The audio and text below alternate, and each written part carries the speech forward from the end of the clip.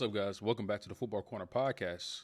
I'm your host, Jeremiah Queen, and we are on episode 26 of season 3 of the podcast. And before we get started with talking with Week 15 football, I'd like for all my viewers out there on YouTube to hit that subscribe button, click the notification bell so you can stay up to date with new drops on the channel.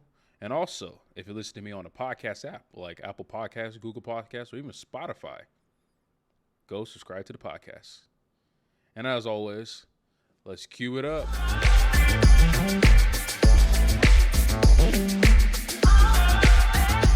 Week 15 was historic.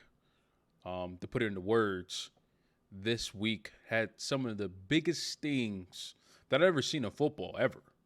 The first thing we have to talk about is what happened on Saturday in the Vikings and Colts game. For those of you who watched the game, history was made. The largest comeback happened. So the original record, let me backtrack real quick. The original record was set in the 90s. It was the Houston Oilers and the Buffalo Bills. I will go one further to show you how old this record was. Is Frank Reich, the former head coach of the Colts, was the quarterback for the Bills who had the greatest comeback in NFL history. It was a playoff game. I believe it was wild card divisional round. They trailed by 32 points, and they overcame it to win the game. The Buffalo Bills did. Frank Reich was filling in for a injured Jim Kelly. They were going to beat the Houston Oilers, who are known as the Oilers, as people should actually know, is that they're the Titans. So it was Warren Moon, by the way, guys. It was Warren Moon who was the Houston Oilers quarterback back in the day, in the 90s. So let's start talking about what happened on Saturday. The Vikings trailed 33-0. Yes, 33-0. So anybody who knows the quarterback who gave the biggest league in Super Bowl history, he was on the opposite side of this. He was the quarterback who had the 33-0 lead.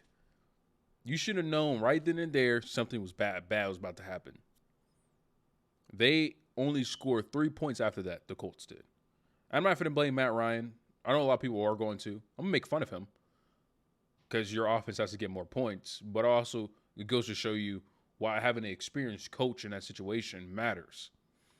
Now, Jeff Saturday has the worst fourth quarter point differential in the league. He's only coached 5 games. Guys, he's only coached 4 or 5 games. He's coached 4 or 5 games, only winning one of the games, and that was against the Raiders. And the Raiders are a roller coaster of a team in itself. The Vikings will go to outscore the Colts in the second half and overtime, 39-3. They got outscored 39-3. And the only thing that was missing in that game was Kirk Cousins saying, "You like that? You like that? You like that? You like that?" I really wanted him to say that because if anybody remember when he was with the Commanders, he had a 24-point. Was down 24 points, and he said that. He said, "You like that? You like that?" And by the way, that was the biggest comeback in the regular season since then. So Kirk Cousins now is the two of the biggest comebacks in NFL history in the regular season. So for people who don't like the Vikings, say the Vikings are not a good team, or they're the worst 11-win team or the worst 10-win team in the NFL, it may be true. But after that Sunday, you have to be excited about what they accomplish. Now let's move on to Sunday football and a game between the Patriots and the Raiders. Josh McDaniels, first time coaching, gets his former boss, so to speak, or, mentor, and Bill Belichick. The game's tied 24-24, roughly 5 to 8 seconds left on the clock. Patriots got the ball. You would think they'd just nail it out and go to overtime, and that's how you finish the game. They do a run play. Okay, Ramondre Stevenson breaks the run. It's going long, but there's no time left on the clock. Ramondre Stevenson laterals the ball back to Jacoby Myers. And Jacoby Myers thought it was wise to lateral it again to Mac Jones. And then Chandler Jones will intercept the ball and return it for what is considered a fumble TD to win the game for the Raiders. It's the dumbest play call I've ever seen since I've been watching football. I've been watching football for 10 plus years, guys.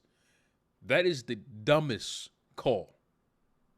And it's the dumbest play by far. This season and in the past 15 seasons. You cannot lateral the ball in that situation at all. It's not even the Patriots treated the scenario like they were down. You only lateral the ball if you're down and there's no time left on the clock so you can win the game. You cannot lateral the ball and expect something bad not to happen. It was the worst blunder by a team by far this season.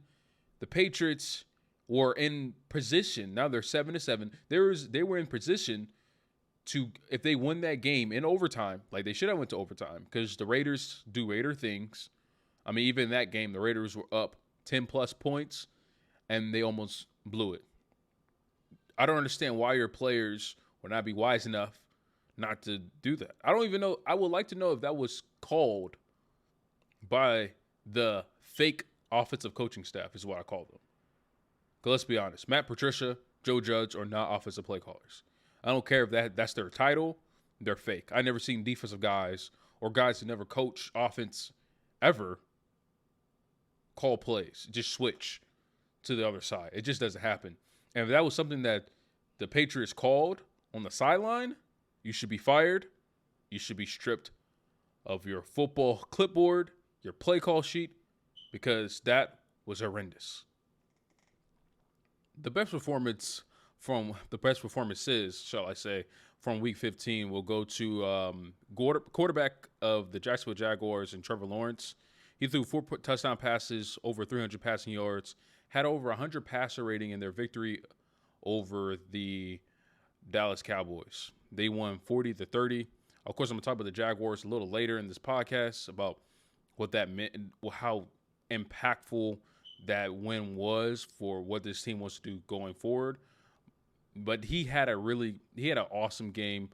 When they needed the plays to be made, he made the plays. He also had an interception and a fumble. So I can't count. I have to put that into a factor of the mistakes he did make, but he did overcome those mistakes in order to get the victory.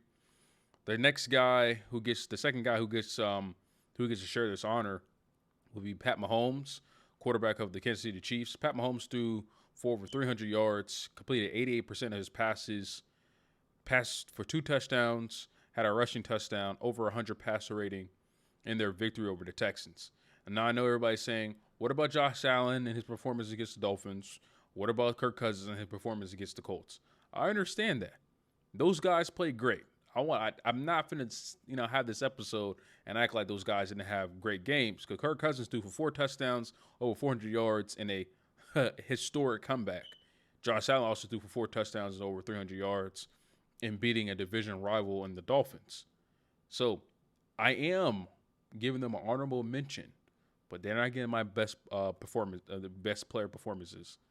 Now, the worst performance I was going to give to the Tom Brady of the Buccaneers, but I couldn't yet. Tom Brady did have a meltdown, had a lot of turnovers in the second half of that Bengals game where they were in command. But I got to give it to the Patriots coaching staff. I talked about it earlier. The Patriots coaching staff probably made the dumbest call I've ever seen in sports. It just was awful. And I really think something needs to happen with that coaching staff in the future. But yeah, I already talked about how I feel about that worst performance by the Patriots coaching staff. They would receive those honors.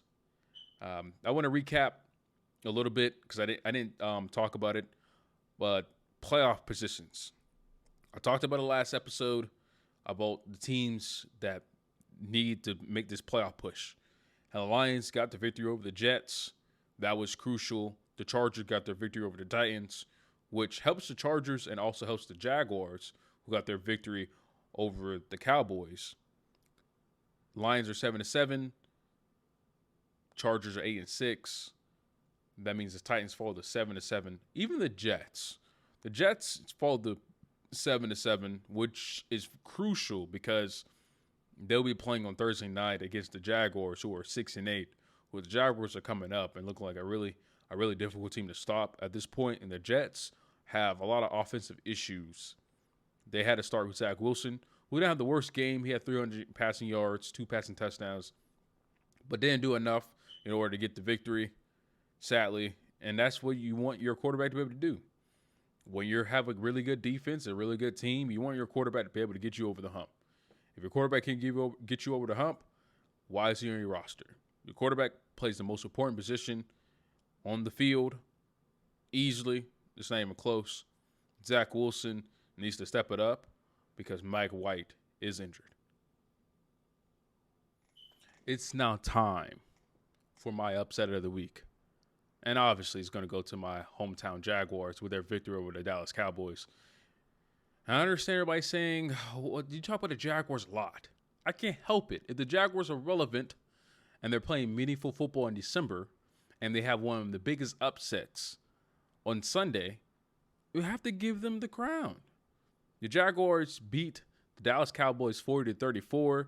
The Jaguars are sitting at 6-8. With the Titans losing, the Titans fall to 7-7, which means they're only one game back behind the Titans. Luckily, the Titans get to play the Texans. Texans play hard football, but they just can't manage to get a win. I would assume the Titans will win that game to go to 8-7. But if the Jags beat the Jets on Sunday, the Jags will be 7-8, and they'll be creeping on that AFC South division crown.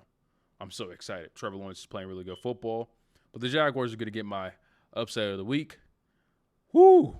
I'm going to give myself a Duval. Thanks for watching and listening to the Football Corner Podcast. Podcast episodes will be dropped on Mondays and Fridays, as well as YouTube videos on Mondays and Fridays. You could click the link in my description in order to follow the social media links to my podcast social media pages. And also, you'll be able to stay up to date on new drops, new takes, and all that good stuff. Thanks for watching. See you next time.